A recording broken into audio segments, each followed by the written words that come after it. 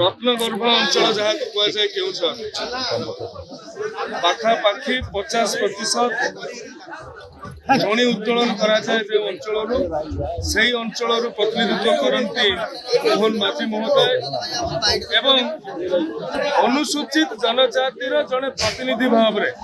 पूर्व भारतीय जनता पार्टी देशर सर्वोच्च पदवी रे अनुसूचित जनजातिर चेहरा को स्थानित कर सारी आज नरेंद्र मोदी जी आउ थे ओडिशा रे अनुसूचित जनजातिर चेहरा को ओडिया लोकंकर प्रतिनिधित्व करने जो सुजोग देते ये एक ऐतिहासिक निष्पत्ति यह सहित पश्चिम ओडिशा रु कनकवर्धन सिंहदेवजी एवं नारी सशक्तिकरण जो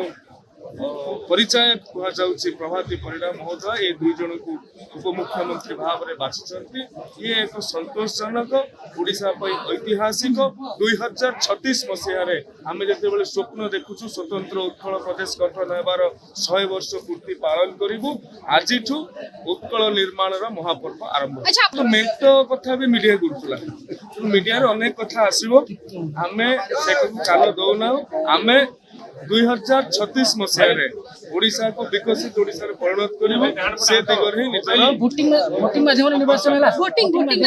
माध्यम निर्वाचन होला सर्वसम्मति क्रमे निर्वाचन।